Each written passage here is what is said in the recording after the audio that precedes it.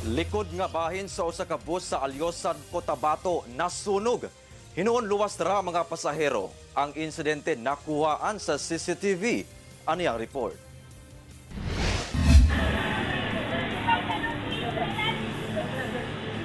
Kita sa CCTV ang iyahay nga pagkanaog sa mga pasahero sa usa ka bus nga mihunong sa tunga sa kalsada sa Sitio Lower, Barangay San Mateo, Alyosan, Cotabato pasado alas 7 Domingo sa gabi. Iyahay sab sila sa pagkuha sa ilang mga bagahe gikan sa compartment sa mong bus.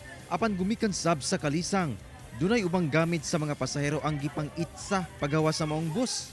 Nasuta nga, nagdilaab di ay ang likod nga bahin sa bus. Gani, makita nga hinay-hinay nga nagkadako ang kalayo og mibaga ang aso taod-taod. Makita nga dunay nagpakgang sa kalayo gamit ang fire extinguishers. Ang maong mga lalaking niresponde, barkada di ay lakip anak sa Regional Director sa DSWD 12. Sanglit anaara sa tungod ang balay ni ini.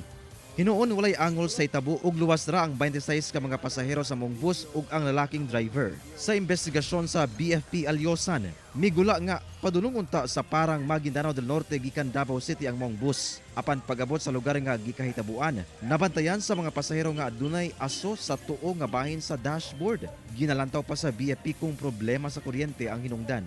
Under investigation pa po talaga. Possible po, nasa multi-wiring ang cost. Nasayran nga gipanag-iyahan sa parang LGU ang mong bus. Ginakuhaan pa kini og pahayag.